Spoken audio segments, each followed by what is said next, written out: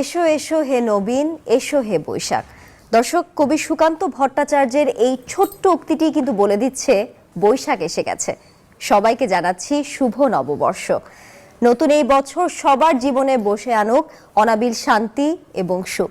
সেই প্রত্যাশায় আপনাদের সবাইকে স্বাগত জানাচ্ছি নববর্ষ ঘিরে নিউজ 24 এর বিশেষ আয়োজন উৎসবের বৈশাখে। পুরো আয়োজন জুড়ে আপনাদের সাথে আছি আমি তানিয়া হারুন। দর্শক, শান্তি, সম্প্রীতি এবং এই উৎসব বাঙালির একমাত্র উৎসব। এবং 5ই আগস্টের পর কিন্তু একটা কথাই চারদিকে শোনা যাচ্ছিল যে অসাম্প্রদায়িকতাকে লালন করে আমরা উন্নয়ন চাই, আর তাই হওয়া উচিত। মূল মন্ত্র এটাই হওয়া উচিত। আমরা একটি অসাম্প্রদায়িক বাংলাদেশ চাই, যেখানে থাকবে না কোনো বৈষম্য, যেখানে জাতি, ধর্ম, বর্ণ নির্বিশেষে আমরা প্রত্যেকটি দিন উদযাপন করতে চাই। আর সেই অসাম্প্রদায়িক বাংলাদেশে এবং আমাদের সংস্কৃতিতে পহেলা বৈশাখের গুরুত্ব কিংবা প্রভাব নিয়েই আজকের আমাদের এই আয়োজন, আমাদের এই আলোচনা। এবং আমাদের এই আলোচনায় দুজন বিশেষ অতিথি আমাদের সঙ্গে যুক্ত হয়েছেন। শুরুতেই তাদের সঙ্গে পরিচয় করিয়ে দিতে চাই। আমাদের সাথে স্টুডিওতে উপস্থিত আছেন জনাব হাসান হাফিজ, প্রধান কবি ও প্রবীণ সাংবাদিক, বাংলাদেশ জাতীয় প্রেস ক্লাবের সভাপতি, সম্পাদক দৈনিক কালের কণ্ঠ পত্রিকা। আপনাকে স্বাগত জানাচ্ছি নিউজ 24 এবং শুভ নববর্ষ। শুভ নববর্ষ। সেই সাথে আমাদের সাথে আরেকজন উপস্থিত আছেন প্রফেসর ডক্টর মোহাম্মদ হাসানাত আলী, উপাচার্য, নওগাঁ বিশ্ববিদ্যালয়। আপনাকে স্বাগত জানাচ্ছি নিউজ 24 এর শুভ নববর্ষ। শুভ নববর্ষ। এবং আপনাদের দুজনকে অসংখ্য ধন্যবাদ আমাদেরকে আজকে সময় দেওয়ার জন্য। শুরুতেই জনাব হাসান হাফিজের কাছে যেতে চাই। আসলে যেহেতু বৈশাখের অনুষ্ঠান, বৈশাখের প্রচলন নিয়ে আমি আজকের আয়োজন শুরু করতে চাই।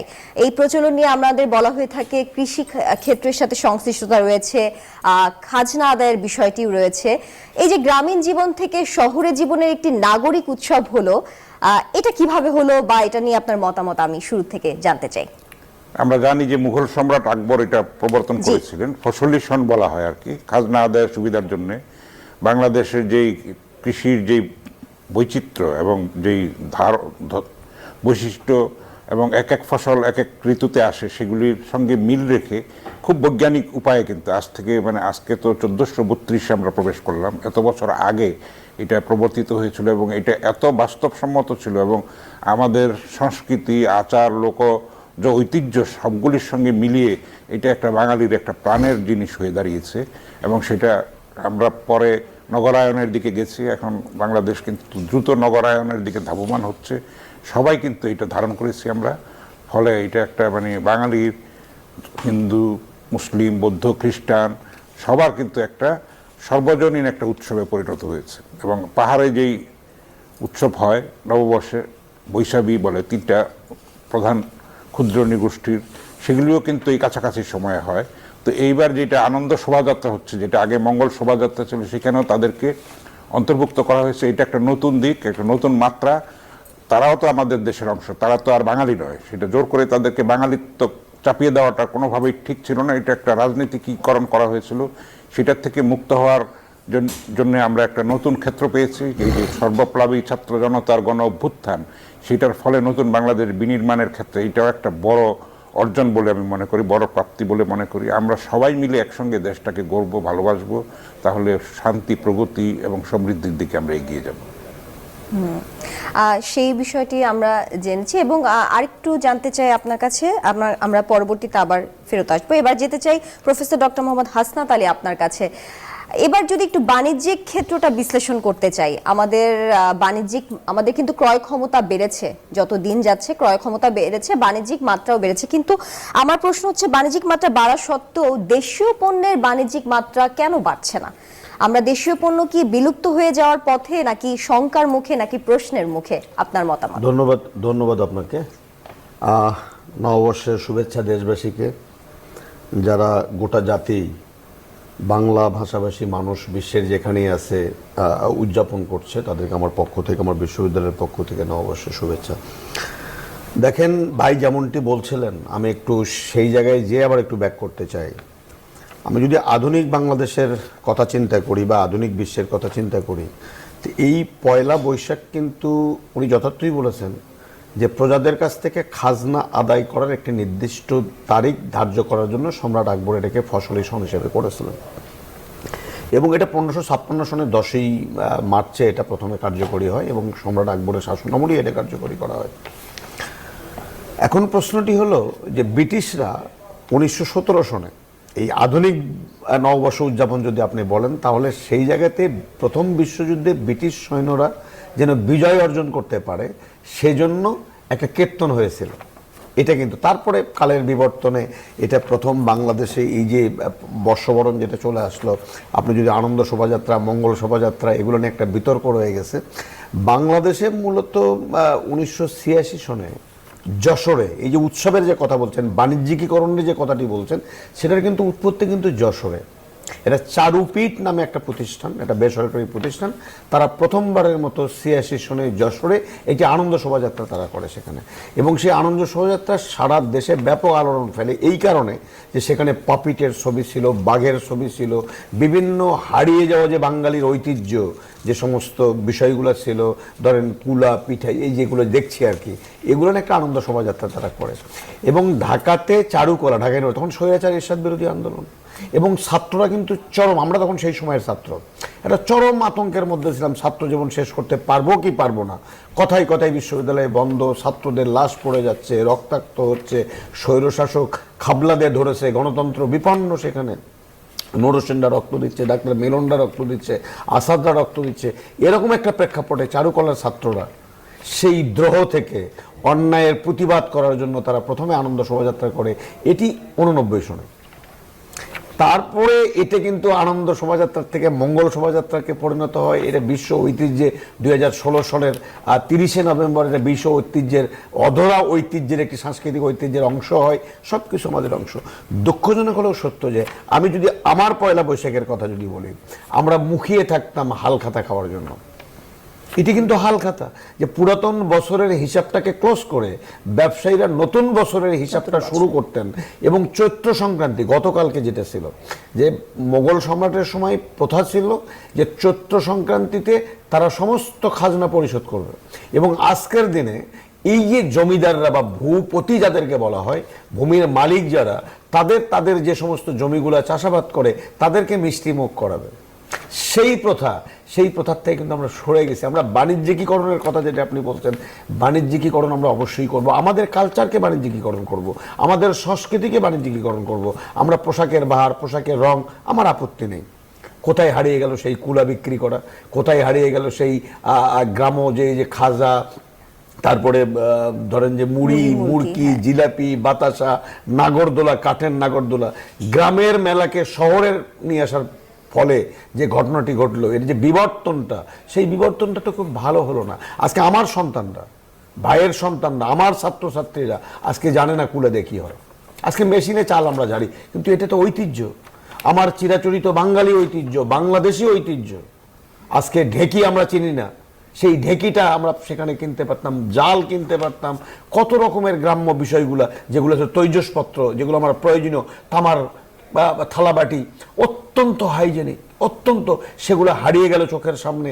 দখল করলো মেলামাইন, সিলভার ইত্যাদি ইত্যাদি দখল করলো। তা আমাদেরকে ফিরে যেতে হবে গ্রামে। আপনি যদি চব্বিশের চেতনার কথা বলেন, আপনি যদি বাংলাদেশের মূল স্বাধীনতা সার্বভৌমত্বের চেতনার কথা বলেন, আপনাকে গ্রামে ফিরে যেতে হবে। আপনি গ্রামের মেলা শহরে নিয়ে আসলেন, শহরে নিয়ে এসে আপনি শহরিকীকরণ করলেন, কিন্তু ঐতিহ্যকে গ্রামে রেখে আসলেন। আপনি বাঙালিয়ানা দেখাবেন, বাঙালি ঐতিহ্যের কথা বলবেন, হবে না তো। আপনাকে ফিরে যেতে হবে গ্রামে, যেখান থেকে শুরু হয়েছিল হালখাতা।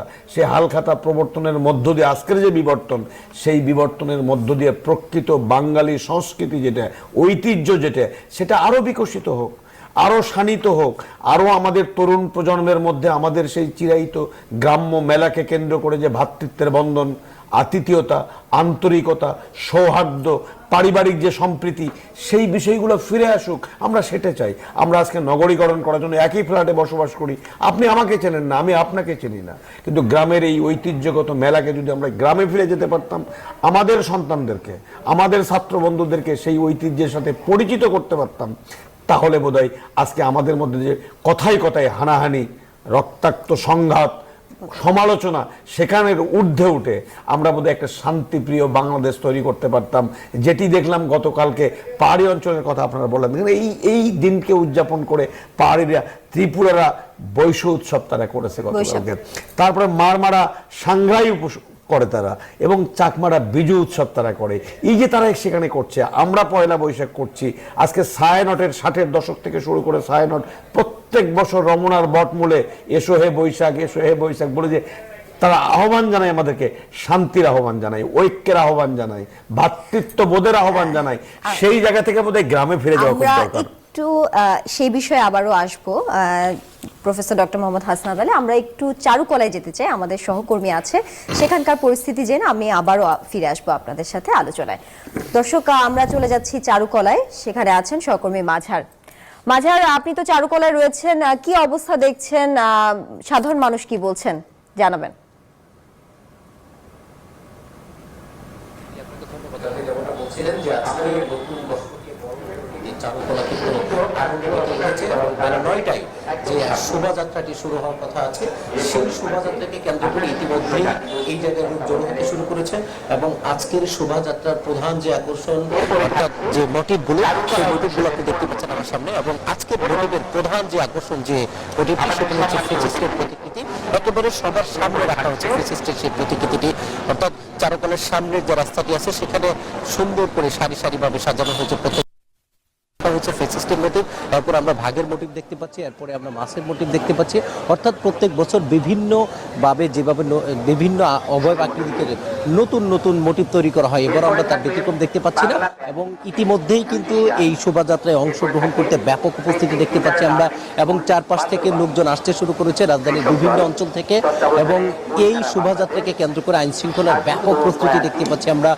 আইন শৃঙ্খলার কয়েক স্তরের নিরাপত্তা দেখতে পেয়েছি, বিভিন্ন বাহিনীর সদস্যদেরকে দেখতে পেয়েছি, এবং আইন শৃঙ্খলা রক্ষাকারী বাহিনীর ঊর্ধ্বতন কর্মকর্তারা তাদেরকে দেখতে পেয়েছি মাঠে।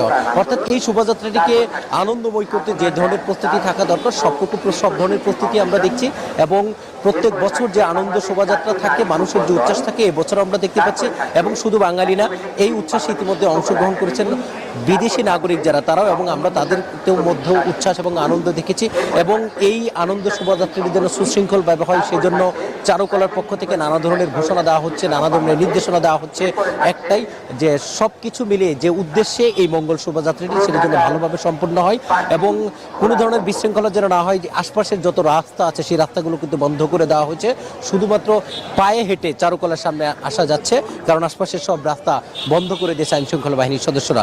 এবং এই জায়গায় যে বেলা 9টায়, অর্থাৎ সকাল 9টায় যেটি শুরু হবে, তার আগে যে ধরনের প্রস্তুতি, সেই প্রস্তুতি কিন্তু ইতিমধ্যেই প্রায় সম্পূর্ণ করা হয়েছে। এবং সকাল 9টায় যখন শুরু হবে, তখন আমরা হয়তো বা আর কে এই শোভাযাত্রায় অংশগ্রহণ করে সরকারের ঊর্ধ্বতন কারা আসেন, এবং ঢাকা বিশ্ববিদ্যালয়ের ভিসি আসবেন, বিশ্ববিদ্যালয়ের বিভিন্ন শিক্ষকরা আসবেন, বিভিন্ন সাংস্কৃতিক কর্মীরা আসবেন। এবং আপনাকে বলে রাখি, এবছর 28টি উপজাতি, অর্থাৎ 28টি উপজাতির সমন্বয়ে তারা হচ্ছে এই প্রোগ্রামটি সফল করার হচ্ছে ব্যবস্থা নিয়েছেন। এবং সব মিলিয়ে যে ধরনের আনন্দ উচ্ছ্বাস থাকার কথা, সেই ধরনের আনন্দ উচ্ছ্বাসই দেখতে পাচ্ছি। এবং মোটিভ ঘিরে মানুষের মধ্যে যে উচ্ছ্বাস উল্লাস, সেটাও কিন্তু আমরা লক্ষ্য করেছি। তাই নিয়ে এই ছিল রাজধানীর চারুকলার সামনে থেকে আমার কাছে আজকের যে শোভাযাত্রা, সেই সম্পর্কিত সর্বশেষ তথ্য। মাঝার, আপনাকে ধন্যবাদ আমাদের সঙ্গে সরাসরি যুক্ত থাকার জন্য। পরবর্তীতে নিশ্চয়ই আবারও আমরা যুক্ত হব। এবারে যাচ্ছি জনাব হাসান হাফিজ আপনার কাছে। যেমনটা আমাদের প্রফেসর ডক্টর মোহাম্মদ হাসনাত আলী ওনার শৈশবের বৈশাখ উদযাপন বা গ্রামীণ বৈশাখ উদযাপন নিয়ে বলছিল, যে বিবর্তন নিয়ে, আমি জানতে চাই আপনার শৈশবটা কোথায় কেটেছে, এবং আগের 80, 70 দশক বা 90 দশকের যেই বৈশাখ উদযাপন হতো, কিংবা এখনের দশকে যে বৈশাখ উদযাপন হয়, তার মধ্যে যে পরিবর্তনটা, এটাকে আপনি কিভাবে দেখছেন? এখন সময়ের কারণে পরিবর্তন তো হবে, এটা মেনে নিতে হবে। এখন আমরা এক সময় অ্যানালগ ছিলাম, এখন আমরা ডিজিটাল হয়েছি, তাই না? অনেক ডিভাইস এসে গেছে আমাদের হাতের মুঠোয়, তথ্য প্রযুক্তির উৎকর্ষ হয়েছে। তো গ্রামীণ যে বৈশাখ, যেটা আমার শৈশব কেটেছে, সোনারগাঁওয়ের ছেলে আমি, নারায়ণগঞ্জের, সেইখানকার আমার লাঙ্গলবন্দের নাম শুনেছেন, যেখানে পরশুরামের জন্য বিখ্যাত। সেখানে মেলা হতো আমাদের, আমরা মুখিয়ে থাকতাম ছোটবেলায় যে আম কাটার ছুরি কিনবো, নাগরদোলায় চড়বো, মুড়ি, মুরকি, জিলিপি, বাতাসা, এগুলি আমরা খাবো। তারপরে সার্কাস যেত তখন, সেটাতে খেলাধুলা হতো, অনেক প্রাণী থাকতো, বন্য প্রাণী, সেগুলি পোষ মানানো থাকলো, হাতি, বাঘ, তারপরে ঘোড়ার খেলা, অনেক, তারপরে অ্যাক্রোবেটিক খেলাধুলা হতো, সেগুলি সার্কাস তো উঠেই গেছে এখন। তো এখন বিবর্তনটা একটু হবে, শহরে এটা এসছে, এটা এখন অনেক বাণিজ্যিকীকরণ হয়েছে, এটার মধ্যে অনেক মাত্রা যোগ হয়েছে। এই আনন্দ শোভাযাত্রা একসময় ছিল না, রমনার বটমূলের ছায়ানটের বর্ষবরণও ছিল না, আস্তে আস্তে কিন্তু নতুন নতুন মাত্রা যোগ হয়েছে। এবং আপনি শুনে আনন্দিত হবেন যে নিউ ইয়র্কের মতো জায়গায়ও কিন্তু সাড়ম্বরের পয়লা বৈশাখ এবার উদযাপিত হচ্ছে, সেখানে স্বীকৃতিও পেয়েছে, রাষ্ট্রীয় স্বীকৃতিও পেয়েছে। তো দেশে দেশে যেখানেই বাঙালি আছে, আমাদের সংস্কৃতিকে আমরা তুলে ধরছি, বিশ্ব ঐতিহ্যের অংশ হয়েছে যে এই শোভাযাত্রা। তো আমাদের এর আগে আমাদের এরপরে আন্তর্জাতিক মাতৃভাষাও আমরা স্বীকৃতি পেয়েছি, বিশ্ব স্বীকৃতি পেয়েছি। ফলে আমাদের নিজস্ব সংস্কৃতিটাকে আমরা বিশ্ব সমাজে তুলে ধরতে পারছি। আমরা একটা গ্লোবাল ভিলেজে বাস করি, এখন বিশ্ব গ্রামের মধ্যে বাস করি, সেখানে অন্যের সংস্কৃতি আমরা নিচ্ছি, আমাদের সংস্কৃতিকেও তুলে ধরছি, এটাও কিন্তু একটা অর্জন। এবার যে নতুন মাত্রা, একটু আগেই যে আপনাদের রিপোর্টার বললেন যে এবার 28টি ক্ষুদ্র নৃগোষ্ঠীর মানুষজন এটাতে অংশ নিচ্ছে, তাদের স্বাতন্ত্র্য বজায় রেখে, এইটা একটা নতুন মাত্রা, সামগ্রিক একটা বাংলাদেশের যে একটা কনসেপ্ট, সবাই মিলে বাংলাদেশ, তাই না? শুধু বাঙালিরা, সমতলের বাঙালিরাই যে এটার মূল ধারা তা তো নয়, ধারা একটা হলো বাংলাদেশের ধারা, সেখানে ক্ষুদ্র নৃগোষ্ঠীও থাকবে, আমরাও থাকবো, সবাই মিলে পরস্পরের সংস্কৃতিকে আমরা শ্রদ্ধা করব, সংরক্ষণ করব, বিকাশে সহায়তা করব, চর্চা এবং লালনের ব্যাপারে আমরা সহায়তা করব। তাহলেই না একটা আমরা শান্তিপূর্ণ সমাজ গঠন করতে পারবো, প্রগতির পথে এগিয়ে যেতে পারবো। তো এই বিবর্তন আমাদের মেনে নিতে হবে, তার মধ্যে যেন কখনোই অপসংস্কৃতি না ঢোকে, সেটার কথা আমাদের মনে রাখতে হবে, আমাদের নতুন প্রজন্মকে সেভাবে দীক্ষিত করতে হবে। আমরাও সেই প্রত্যাশা আছি। জনাব হাসান হাফিজ, আমরা পরবর্তীতে আবার আপনার কাছে আসবো। এবারে চলে যাচ্ছি একটু ফরিদপুরে, আমাদের সহকর্মী আছে, ফরিদপুরের আয়োজন সম্পর্কে জেনে নিতে চাই। সোহাগ, আপনি নিশ্চয়ই আমাকে শুনতে পাচ্ছেন। ফরিদপুরে কি কি আয়োজন দেখছেন বর্ষবরণ ঘিরে? আপনার ওখানে সবশেষ অবস্থা, সার্বিক পরিস্থিতি আমাদেরকে জানাবেন।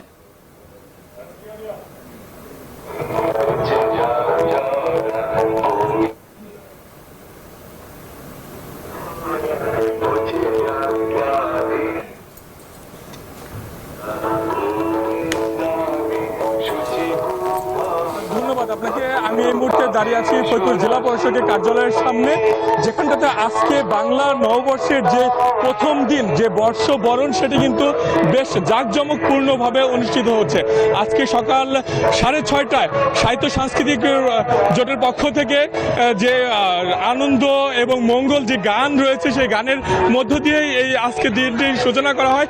এরপরে সকাল 8টার সময় জেলা প্রশাসকের কার্যালয়ের সামনে থেকে এই বর্ষবরণে যে শোভাযাত্রা, সেটি কিন্তু র্যালি অনুষ্ঠিত হচ্ছে, এমনটাই কিন্তু আমরা দেখতে পাচ্ছি, যেখানটাতে দলমত নির্বিশেষে সকল শ্রেণী পেশার মানুষ এখানে অংশ নিয়েছে। আমরা দেখতে পাচ্ছি যে জেলা প্রশাসক রয়েছে, পুলিশ প্রশাসনের পক্ষ থেকে রয়েছে, এবং এছাড়া আমরা দেখতে পাচ্ছি বিভিন্ন রাজনৈতিক সংগঠন তারাও কিন্তু রয়েছেন। আমি কথা বলতে চাই ফরিদপুরের জেলা প্রশাসকের সঙ্গে। আজকে যে এই যে শোভাযাত্রা, সেটি আপনারা কিভাবে পালন করছেন, আজকে দিনটি কিভাবে নিচ্ছেন আপনারা? আজকে পয়লা বৈশাখ, সবাইকে শুভ নববর্ষ, বাঙালির প্রাণের উৎসব, আমাদের সার্বজনীন উৎসব পয়লা বৈশাখ। আমরা সবাই মিলে আয়োজন করছি, এখানে র্যালি হচ্ছে, র্যালির পরবর্তীতে আমাদের পান্তা উৎসব আছে, সাংস্কৃতিক অনুষ্ঠান আছে। আমরা চাই আজকের এই দিনে সমস্ত দীনতা, মলিনতা ধুয়ে যাক এবং আমরা একটি নতুন বাংলাদেশে সমৃদ্ধির পথে এগিয়ে যাই। ধন্যবাদ আপনাকে। আপনারা শুনতে পাচ্ছেন যে জেলা প্রশাসক বলছিলেন যে আজকে এই সকালে যে বিভিন্ন অনুষ্ঠান, সেটি কিন্তু হচ্ছে, সেই সঙ্গে যে মঙ্গল শোভাযাত্রার পরে যে পান্তা, ইলিশ এবং ফলের যে আয়োজন, সেটিও কিন্তু তারা আয়োজন করেছেন এবং দিনটি সুন্দরভাবে তারা পালন করতে চান এবং এই সুন্দরভাবেই তারা এই বছরটি শেষ করতে চান, এমনটি কিন্তু আমাদেরকে জানানো হয়েছে। তো এই ছিল মঙ্গল শোভাযাত্রার সর্বশেষ সংবাদ। ফিরে যাবো স্টুডিওতে আপনার কাছে। তানিয়া, আমরা যুক্ত ছিলাম ফরিদপুরে, সেখানে বর্ষবরণ ঘিরে নানা আয়োজনে আমরা ছিলাম। আপনারা আমাদের সাথে থাকুন, আমরা একটা ছোট্ট বিরতি নিয়ে আসি, তারপর আবারও আলোচনায় ফিরবো। দর্শক, আমরা আলোচনায় ছিলাম বর্ষবরণ ঘিরে আমাদের বিশেষ আয়োজন উৎসবের বৈশাখে। আপনারা কোথাও যাবেন না, একটা ছোট্ট বিরতি নিচ্ছি, সাথেই থাকুন। আবারও সবাইকে আমন্ত্রণ জানাচ্ছি নববর্ষ ঘিরে নিউজ 24 এর বিশেষ আয়োজন উৎসবের বৈশাখে। দর্শক, আমাদের সঙ্গে স্টুডিওতে আলোচনার জন্য উপস্থিত আছেন দুজন অতিথি। যেমনটা আগে বলেছিলাম, হাসান হাফিজ, প্রধান কবি ও প্রবীণ সাংবাদিক, বাংলাদেশ জাতীয় প্রেস ক্লাবের সভাপতি, সম্পাদক দৈনিক কালের কণ্ঠ, এবং সেই সাথে উপস্থিত আছেন প্রফেসর ডক্টর মোহাম্মদ হাসনাত আলী, নওগাঁ বিশ্ববিদ্যালয়ের উপাচার্য।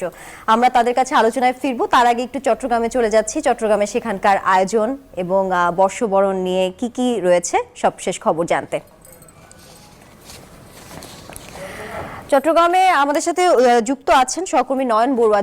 জয়, আপনার ওখানে বর্ষবরণ ঘিরে কি উৎসব আমেজ দেখছেন সাধারণ মানুষের মাঝে, আর অনুষ্ঠান কি এই মুহূর্তে চলছে জানাবেন। নববর্ষের শুভেচ্ছা আপনাকে। দেখতে পাচ্ছেন যে সারা দেশের মতো বন্দরনগরী চট্টগ্রামেও নতুন বছরকে নানা আয়োজনের মধ্য দিয়ে নাচে গানে বরণ করে নিচ্ছে। আমরা দেখছি বিভিন্ন সংস্কৃতি কর্মী থেকে শুরু করে বিভিন্ন বয়সের মানুষের যে মিলন মেলা চট্টগ্রামের সিআরবিতে আমরা দেখছি সকাল হতে না হতে কিন্তু সবার অংশগ্রহণ দেখতে পাচ্ছেন। তবে পুলিশ কমিশনারের যে একটা নির্দেশনা রয়েছে চট্টগ্রামের যে এইভাবে যে বিভিন্ন মুক্ত মঞ্চে অনুষ্ঠান 5টা পর্যন্ত করার একটা নির্দেশনা রয়েছে, তার কারণে সবারই কিন্তু নির্দেশনা অনুসারে তারা অনুষ্ঠান শুরু করেছে। তো সকাল থেকে সিআরবি যেমনটা আনুষ্ঠানিকতা শুরু করছে, তেমনিভাবে জেলা প্রশাসনের উদ্যোগেও কিন্তু বিভিন্ন জায়গায় আমরা দেখছি আয়োজন রয়েছে।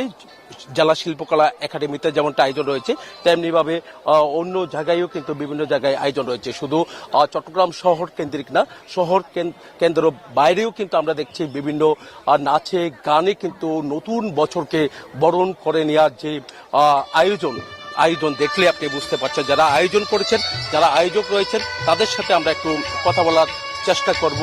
আজকের যে শিরিষতলায় দীর্ঘদিন ধরে এই নতুন বছরকে বরণ করার যে আয়োজন, আজকেও তার কোনো ব্যতিক্রম আমরা দেখছি না। তো কিভাবে আপনারা শুরু করেছেন? ধন্যবাদ। এবং আপনাদের মধ্য দিয়ে সারা বাংলাদেশের মুসলিম, হিন্দু, বৌদ্ধ, খ্রিস্টান এবং চাকমা, মারমা সহ সকল জাতির মানুষকে আমরা নববর্ষের শুভেচ্ছা জানাই। আমরা আসলে প্রতি বছর ন্যায় প্রায় 16 বছর, এই বছর নিয়ে আমরা এটা আমাদের 16তম পর্ব। 16 বছর ধরে আমরা এই আয়োজন করে আসছি এবং আমরা মনে করি এবার অনেক উৎসাহ উদ্দীপনার মধ্য দিয়ে আমরা আমাদের বর্ষ বরণের আজকের পুরো আয়োজন চলবে। এবং এইবারের আমাদের একটা বিশেষ সংযোজন আছে, হচ্ছে আমাদের এখানে যেমন প্রতি বছর গানের অনুষ্ঠান থাকে, নৃত্য থাকে, আবৃত্তি থাকে, এইবার তার সাথে একটা নতুন ভাবে সংযোজিত হয়েছে। আমরা এবার এটা কাবাডি, আমাদের জাতীয় খেলা, কাবাডির উৎসবও করছি আজকে দিনব্যাপী, যেখানে জাতীয় আন্তর্জাতিক মানের খেলোয়াড়রা খেলবেন। সব মিলে আমরা একটা উৎসাহ উদ্দীপনার মধ্যে দিয়ে আজকে আমাদের এই বর্ষবরণের এই পুরো আয়োজনটি সাজিয়ে। দৃশ্যটা কি? মূল উদ্দেশ্য হচ্ছে আসলে এই দেশের সকল মানুষ মিলে, এই দেশের মাটি কিন্তু অনেক নরম, যেখানে বীজ পড়লে এটা ফলে যায়। তার মানে এই দেশের মাটি সকল কিছুকে গ্রহণ করে। এখানে অনেক মত পথ আছে, তা আমরা আবার সকলে মিলে একসাথে হয়ে আমাদের পথটা রচনা করি। এটাই আমাদের মূল মেসেজ, এটাই আমাদের মূল উদ্দেশ্য। দেখতে পাচ্ছেন, আমরা একটু দেখাতে যাচ্ছি, মঞ্চটা দেখতে চাচ্ছি, একেবারে কানে কানে পূর্ণ হতে যাচ্ছে মঞ্চ। তো যেহেতু একেবারে মুক্ত মঞ্চ যে সিআরবি, তার কারণে বিভিন্ন শ্রেণী পেশার মানুষ সবাই এখানে ছুটে আসেন। দিনব্যাপী নানা আয়োজনের মধ্য দিয়ে নতুন বছরকে বরণ করবে বন্দরনগরী চট্টগ্রামের মানুষ। এই ছিল আমার এখানকার সর্বশেষ। ফিরে যাচ্ছি স্টুডিওতে আপনার কাছে। ধন্যবাদ আপনাকে জয়। আমাদের সাথে চট্টগ্রাম থেকে যুক্ত ছিলেন নয়ন বড়ুয়া, যে আমাদের সহকর্মী, সেখানকার সবশেষ খবর জানাচ্ছিলেন। নানা আয়োজনে ঘিরে রয়েছে চট্টগ্রাম। জনাব হাসান হাফিজ, আপনার কাছে এবারে যেতে চাই। আমরা যেমনটা বলছিলাম আলোচনায় যখন ছিলাম, যে 80-র দশকে কিন্তু আমাদের মেলা কেন্দ্রিক একটি জীবন ছিল। বৈশাখ উদযাপন মানেই মেলা কেন্দ্রিক, বিভিন্ন মেলা বসবে, এখনো হয় মেলা, কিন্তু আগের মতো বৃহৎ পরিসরে হয়তো এখন আর ওই মেলার চিত্র আমরা দেখতে পাই না। আবার 90 দশক থেকে একটু একটু পোশাক কেন্দ্রিক হয়ে গেল আমাদের বৈশাখ উদযাপনটা। পোশাক কেন্দ্রিক হওয়ার ফলে কি হলো, পোশাকের দিক দিয়ে আমাদের বাণিজ্যিকরণটা বেড়েছে। তো আপনার কি মনে হয় আমাদের লোকজ শিল্পের অস্তিত্ব কি দিন দিন কমে যাচ্ছে, বিলুপ্ত হয়ে যাচ্ছে কিনা, কিংবা শঙ্কার মুখে আছে? না, শঙ্কার মধ্যে তো আছেই, অবশ্যই আছে। পোশাকে আমাদের বৈচিত্র্য এসছে এবং মানুষের কিন্তু দেশীয় পোশাকের প্রতি আগ্রহ বেড়েছে, সেটা খুব একটা ইতিবাচক দিক আমি মনে করি। লোকজ সংস্কৃতির দিকেও কিন্তু মানুষের আগ্রহ একেবারে কমে গেছে সেটা না, কিন্তু সেটার বাণিজ্যিক উৎপাদনটা হচ্ছে না সেই অর্থে। তারা যদি লাভবান না হতে পারে তাহলে সেইটাতে কেন থাকবে? অনেক পেশা আছে পরম্পরাক্রমে যেটা চলে এসছে, কুমারের বলেন, নানান মাটির পাত্রের কথা বলেন, নানান তারপরে নকশি কাঁথা বলেন, এগুলি নকশি কাঁথা কিন্তু একটা এক্সপোর্ট হয়, আপনি চিন্তাই করতে পারবেন না, একসময় এটা ভাবাই যেত না। তো একেবারে যে সব কিছুই যে নেগেটিভ হয়ে যাচ্ছে তা না, পজিটিভ দিকও আছে অনেক। এখন তো সময়টা চেঞ্জ হয়ে গেছে, সময়ের তো বিবর্তন হচ্ছে, ফলে এটার সঙ্গে তাল মিলিয়ে চলতে হবে। কিন্তু আমাদের সবসময় নিজেদের শেকড়ের প্রতি, নিজেদের ঐতিহ্যের প্রতি শ্রদ্ধাশীল থাকতে হবে এবং সেটাকে আধুনিক যুগের উপযোগী করে বাচ্চাদেরকে সেইভাবে উদ্বুদ্ধ করতে হবে, সঞ্চালিত করতে হবে। সেই দেশপ্রেম তাদের মধ্যে নিজের ঐতিহ্যের প্রতি, সংস্কৃতির প্রতি, কৃষ্টির প্রতি, লোকাচারের প্রতি তাদেরকে উজ্জীবিত করতে হবে, উদ্বুদ্ধ করতে হবে, ভালোবাসাটা তাদের মধ্যে সঞ্চালিত করে দিতে হবে। তাহলেই কিন্তু আমাদের কোনো আর হতাশার কারণ থাকবে না। বৈশাখ তো একসময় পাকিস্তান আমলে সেইভাবে তো উদযাপিত হতো না, কিন্তু যত স্বাধীনতার পরে যত দিন গেছে এটা নানান ধরনের মাত্রা পেয়েছে। সব মিলিয়ে কিন্তু আমরা এগিয়ে চলেছি। এইবার যেটা আমি বললাম, একটু আগে আমরা দেখতে পেলাম যে 28টি ক্ষুদ্র নৃগোষ্ঠীর মানুষ এই প্রথমবারের মতো অংশ নিল। তারা কিন্তু আগে বঞ্চিত বোধ করতো যে আমরা মূলধারা থেকে বিচ্ছিন্ন, না তা নয়, সেটা আমরা তাদেরকে একসঙ্গে করে নিচ্ছি। আমাদের মধ্যে শান্তি, সম্প্রীতি, সৌহার্দ্য, ভ্রাতৃত্ববোধ, দেশপ্রেম সব মিলিয়ে কিন্তু আমরা একটা ব্লেন্ডিং হচ্ছে, একটা মিশ্রণ হচ্ছে, আমরা এগিয়ে যাব সবাই মিলে একসঙ্গে। আমরা সেই প্রত্যাশা আছি। একই প্রসঙ্গে যদি প্রফেসর ডক্টর মোহাম্মদ হাসানাত আলী আপনার কাছে যাই, যেমনটা উনি বলছিলেন যে লোকজ শিল্পের শঙ্কার মুখে আছে, কিন্তু সেই সাথে আমাদের কিন্তু চাহিদাও অনেক আছে বলা যায়। কিন্তু যারা গ্রামীণ অঞ্চলে এই যে যারা এই উৎপাদন করতেন, তাঁতি আছে, আমাদের কামার আছেন, কুমার আছেন, তাদের এই ব্যবসা বা এই উৎপাদনের যে প্রক্রিয়া, এটা ধরে রাখার জন্য এই নতুন বাংলাদেশে কি আমাদের প্রত্যাশায় আরেকটু বেশি আছে কিনা?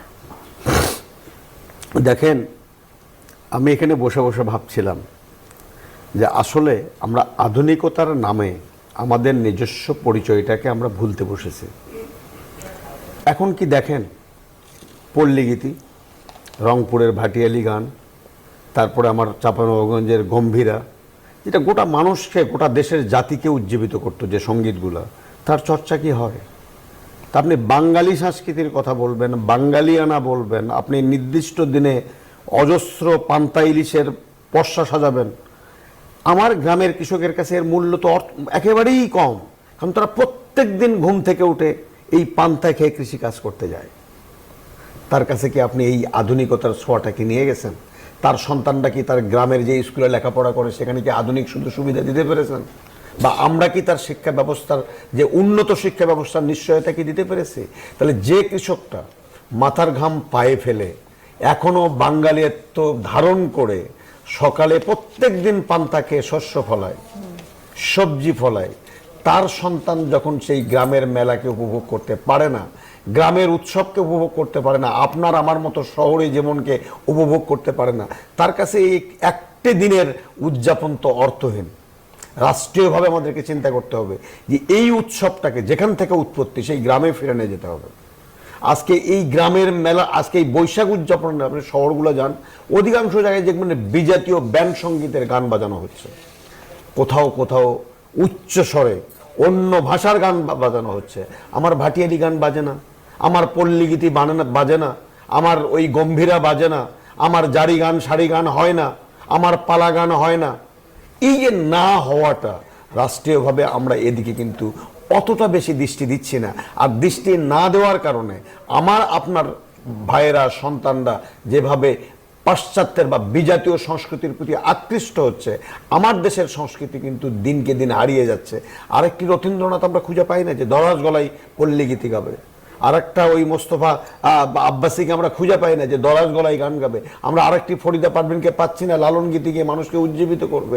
মাটির গান তো নেই, মাটির সাথে সংশ্লিষ্ট, যেটা মাটিতে টানে, সেটি তো নেই।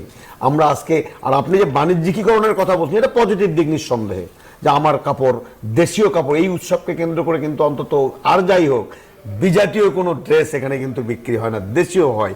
কিন্তু এই বাণিজ্যিকীকরণের সুফল থেকে আমার গ্রামের মানুষরা কেন বঞ্চিত হবে, যারা এখনো আপনার আমার এই 3 বেলা মোটা ভাত মোটা কাপড় যেটা আমরা বলি, যারা সরবরাহ করে। কোভিডের কথা বলেন, চরম সংকট, এই কৃষি আমাদেরকে বাঁচিয়েছে। সেই কৃষকদের সন্তানের জন্য আমরা কি করেছি? আজকে কি তাদের কাছে ভালো মানের খাবার পাঠাতে পেরেছি?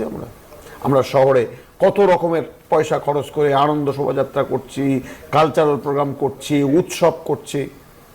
চলেন না গ্রামে যাই, যে গ্রামের মাটি থেকেই উৎসবের তৈরি হলো, সেই গ্রামের চিত্রটাকে একটু দেখে আসি।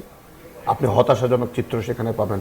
আমি রাষ্ট্রকে অনুরোধ করব যে দেশের 53 বছরের এই স্বাধীন বাংলাদেশে 24-এর দ্বিতীয় স্বাধীনতার মধ্য দিয়ে যে বাংলাদেশটা আমরা পাইলাম, সেই বাংলাদেশটা হবে প্রকৃত বাংলা ভাষাভাষী মানুষের সর্বাবস্থায় তাদের মূল শেকড়কে আঁকড়িয়ে ধরে সামনে পথ চলা। আমরা আমাদের শেকড় থেকে সরে কি যেন আগাছা টাগাছা ধরে সামনের দিকে এগোতে চাচ্ছি। সেটা দিন শেষে, আর যাই হোক, আমাদেরকে সুস্থ জাতি, সুস্থ সমাজ, সমৃদ্ধ যে আমাদের বাঙালি ঐতিহ্য, বাংলাদেশি বাংলা ভাষাভাষী মানুষের ঐতিহ্য, সেটাকে লালন করবে না, সেটাকে ধারণ করবে না। এবং এটিকে কেন্দ্র করে ওই যে মৎস্যকন্যার মতো একটি অবস্থা হবে, না মাছ না কন্যা, এরকম একটি অবস্থা, না বাঙালি না পাশ্চাত্য, এমন একটি জাতি যদি আমরা তৈরি হই, তাহলে সেটি বোধহয় আমাদের দেশীয় সংস্কৃতি, দেশের মর্যাদা, দেশের ইজ্জত বহির্বিশ্বে সমন্বিত করার ক্ষেত্রে ভবিষ্যতে অন্তরায় হতে পারে, যদি আমরা এই আমাদের মাটির ঐতিহ্যকে যদি ভুলে যাই।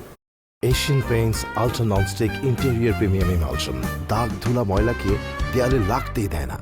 নিশ্চয়ই আমরাও চাই আসলে পুরনো ঐতিহ্যকে ধরে রাখতে, এবং সেই পুরনো ঐতিহ্য নিয়ে আমরা এগিয়ে যেতে চাই। মোহাম্মদ হাসনাত আলী, আমরা আবারও ফিরবো আপনার কাছে, একটা বিরতি নিয়ে আসি।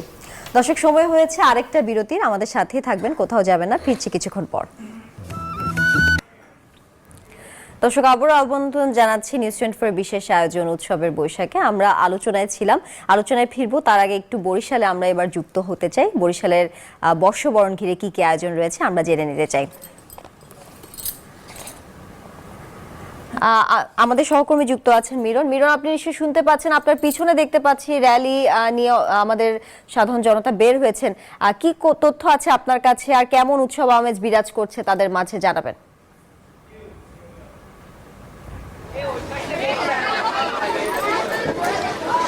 ধন্যবাদ তানিয়া, আপনি যেমনটা বলছেন, আপনাকে নববর্ষের শুভেচ্ছা। আজকে নববর্ষের প্রথম প্রহরে বরিশালের ব্রজমোহন বিদ্যালয় প্রাঙ্গণে শুরু হয়েছিল প্রভাতী অনুষ্ঠান, যে প্রভাতী অনুষ্ঠানের আয়োজন করেছিল উদীচী বরিশাল নাটক, এবং এর পরপরই চারুকলার আয়োজনে শোভাযাত্রা, আনন্দ শোভাযাত্রা, যে শোভাযাত্রাটি এখন এই নগর পরিভ্রমণ করছে। তারা শোভাযাত্রায় বা নানান বর্ণের শ্রেণী পেশার মানুষ কিন্তু যুক্ত হয়েছেন, এবং সেখানে কিন্তু চারুকলার কিছু উপকরণ, তারা ঘোড়া এবং পাখি আমরা দেখছি যে সেগুলো নিয়ে এই নগরবাসী মূলত এই শোভাযাত্রা বের হয়েছে। শোভাযাত্রাটি ব্রজমোহন বিদ্যালয় প্রাঙ্গণ থেকে মূলত শোভাযাত্রাটি শুরু হয়েছে, এবং এটি নগর প্রদক্ষিণ শেষে বরিশাল নগরের অশ্বিনী কুমার হলের সামনে গিয়ে মূলত এই শোভাযাত্রাটি শেষ হবে। আর সবচেয়ে বড় কথা, সংখ্যার কথা জানিয়েছেন আয়োজকরা। এবারা খুবই সংক্ষিপ্ত পরিসরে, প্রশাসনিক সহযোগিতা না থাকার কারণে উদীচীও যেমন বলেছে যে প্রশাসন তাদেরকে কোনো রকম সহযোগিতা করেনি, চারুকলাও বলেছে প্রশাসনিক সহযোগিতা অসহযোগিতার কারণে এই আয়োজন সবচেয়ে বড় মিলন মেলা মূলত বরিশালে অনুষ্ঠিত হয়। কিন্তু এবছর যেহেতু প্রশাসন এটিকে নিরুৎসাহিত করেছে, সেই কারণে এবারের লোক সমাগম অপেক্ষাকৃত কম হয়েছে। তারপরেও যে মানুষ, নগরবাসী মূলত এই আয়োজনে যুক্ত হয়েছে, নগরবাসী যুক্ত হয়েছে, এবং বর্ণিল যে শোভাযাত্রাটি, সেই শোভাযাত্রাটি এখন নগর পরিভ্রমণ করছেন। নগর পরিভ্রমণ শেষে মূলত নগরীর অশ্বিনী কুমার হলের সামনে গিয়ে এই শোভাযাত্রা শেষ হবে। এই ছিল বরিশাল থেকে আমার কাছে আনন্দ শোভাযাত্রা এবং উদীচী প্রভাতী অনুষ্ঠানের সবশেষ তথ্য। ফিরছি স্টুডিওতে।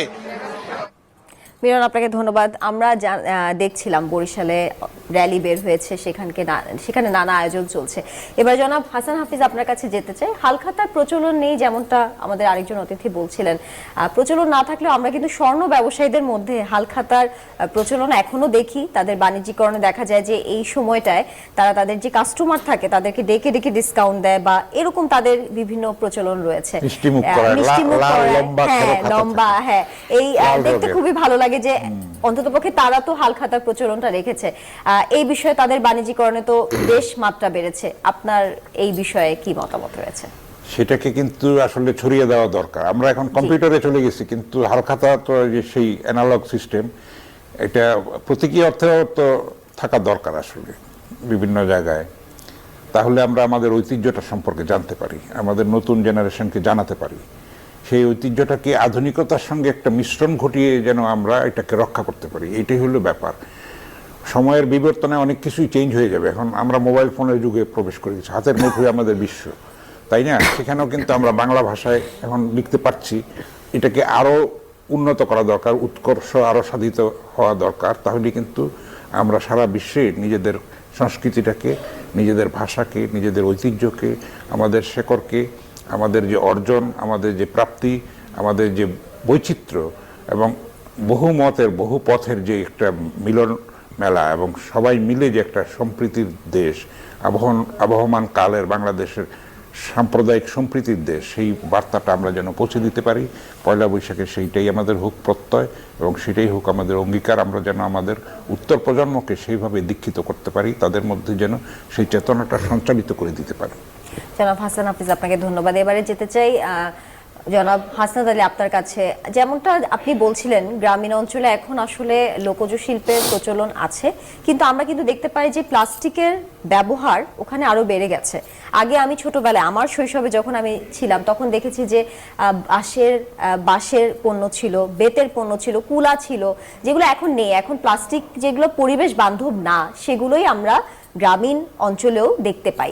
তো এগুলো নিঃসরণে কি আমাদের কোনো উদ্যোগ আছে কিনা? কিভাবে আসলে প্লাস্টিকটাকে পুরোটা বাদ দিয়ে আমরা আমাদের শিল্পকে আবার ফেরত আনতে পারি? দেখেন, আমি যেমনটি আপনাকে বলছিলাম যে এই প্রজন্মের মানুষরা জানে না। আপনি বলছেন, কিন্তু আপনারা যদি পরেরটা বলেন, আরও যদি আপনার সমসাময়িক কাউকে বলেন, ওই যে আপনার পেছনে কুলাটা আছে, ওর ব্যবহারটা কি জানে না। ওই যে তাল পাখা আছে না, ওই তাল পাখার ব্যবহারটা জানে না। তাহলে ব্যবহারটা না জানাটা আমাদের পাঠ্যপুস্তক, আমাদের শিক্ষার বড় ধরনের একটা দন্যতা, যে আমরা আধুনিক কৃষ্টি কালচারকে আমরা সমৃদ্ধ হচ্ছি, ডিজিটালাইজেশন করছি, আমার সমস্যা নেই, প্রযুক্তি আমাকে জানতে হবে, চতুর্থ শিল্প বিপ্লব মোকাবেলা করতে হবে, কিন্তু সেটা কি আমার অরিজিনকে ভুলে? সেই অরিজিন নিয়ে তো আমরা চর্চা করি না। দেখেন, আমি এখানে ভাবছিলাম বসে বসে যে আজকে আপনি যতগুলা সংবাদ পরিবেশন করলেন সব শহর কেন্দ্রিক, সব শহর কেন্দ্রিক। আমি খুবই খুশি হতাম যদি আজকে বরিশালের একটা প্রত্যন্ত পাড়াগাঁয়ে যদি একটি বৈশাখী উৎসব হতো, সেখানে যদি বৈশাখী মেলা হতো, সেখানে যদি পিঠা পুলি, তারপরে আমার হাডুডু খেলা, যে চিরায়িত গ্রামের যে হাডুডু খেলা, বা অন্যান্য মেয়েদের যে সমস্ত খেলাধুলা, যেগুলো বার্ষিক ক্রীড়া প্রতিযোগিতা যদি হতো, তাল গাছে ওঠা, কি কলার গাছে ওঠা আবার নামা, যেগুলো আমরা গ্রামের যে বিষয়গুলা, পুকুরে সাঁতার কাটা, এগুলো যদি উৎসব হতো, আমি খুশি হতাম, ভালো লাগতো, আমার আমি শৈশবে ফিরে যেতে পারতাম। কিন্তু সবগুলো শহর কেন্দ্রিক। এই যে শহর কেন্দ্রিক যে গ্রামের যে একটি জিনিস শহরে নিয়ে আসা, আপত্তি নেই, কিন্তু আনা তো যাচ্ছে না, আমরা পাচ্ছি না। অধিকাংশ লোকজন এখনো গ্রামে বসবাস করে, অধিকাংশ লোকজন এখনো এই প্রযুক্তির ছোঁয়া থেকে বাইরে। আমরা যত চেষ্টাই করি না কেন, এখন পর্যন্ত আনতে পারিনি।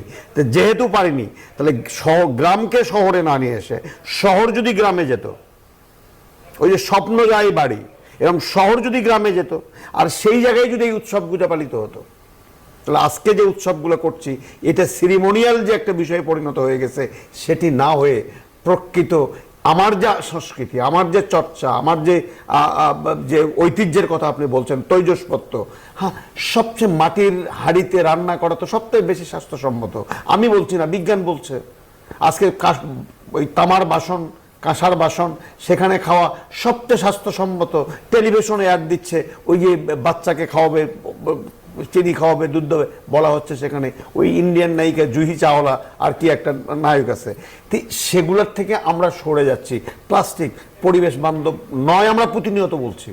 আমাদের একটা পরিবেশ মন্ত্রণালয় আছে, আইন আছে, সেই আইনের প্রয়োগ নেই। আর আইনের সঠিক প্রয়োগ না থাকলে যেরকম সুশাসন থাকে না, ফ্যাসিজম তৈরি হয় এবং অপসংস্কৃতি তৈরি হয় সংস্কৃতির নামে, যদি আইনের সঠিক প্রয়োগ থাকতো তাহলে আজকে রাষ্ট্রীয়ভাবে আমাদের এই যে আমরা দেখি প্রত্যেকটি রাষ্ট্র তাদের ঐতিহ্যকে লালন করে, ধারণ করে এবং সেটাকে পৃষ্ঠপোষকতা করে। আমরা আজকে এই যে জায়গা থেকে যে বিবর্তনের কথাটা আপনার মধ্যে, প্লাস্টিকে চলে আসছি, আমরা একেবারে ওয়ান টাইম প্লেটে চলে আসছি। মেলাবাইন থেকে কলা পাতায় খাইতাম আমরা বসে, আপনার মনে আছে কিনা জানি না, ভাই এখানে আছেন, গ্রামে মাটিতে বসে কলা পাতায় আমরা খাইতাম পাশাপাশি বসে। আমি কলা পাতায় খাওয়ার কথা বলছি না, অনেক স্বাস্থ্যসম্মত। কিন্তু আপনি যে ওয়ান টাইম প্লাস্টিকে আসলেন, গোটা পরিবেশটাকে আপনি ধ্বংস করছেন, আপনি ড্রেনেজ সিস্টেমটাকে ধ্বংস করছেন। আমরাও আসলে সেই প্রত্যাশা আছি, নতুন বাংলাদেশে আসলে সবকিছুরই পরিবর্তন হচ্ছে। আমরা ইনশাআল্লাহ গ্রামীণ যেই আমাদের ঐতিহ্য আছে সেগুলোকে শহরে নিয়ে আসবো, সেই প্রত্যাশা আমাদের সবার আছে। আপনাকে অসংখ্য ধন্যবাদ জনাব হাসান আলী, সেই সাথে ধন্যবাদ জানাচ্ছি জনাব হাসান হাফিজ আপনাকে আমাদের সঙ্গে যুক্ত থাকার জন্য, আমাদেরকে এসে সময় দেওয়ার জন্য। সবাইকে ধন্যবাদ। ধন্যবাদ। শুভ নববর্ষ। শুভ নববর্ষ। দর্শক, সময় হয়েছে বিদায়ের এবং আমাদের আজকে এখানেই শেষ করতে হচ্ছে। নতুন এই বছর সবার জীবনে ভরে উঠুক নতুন আশা এবং নতুন আলোয়, সেই প্রত্যাশায় আজকের এই আয়োজন এখানেই শেষ করছি। সবাই ভালো থাকবেন, সুস্থ থাকবেন এবং নিউজ 24 এর সাথেই থাকবেন।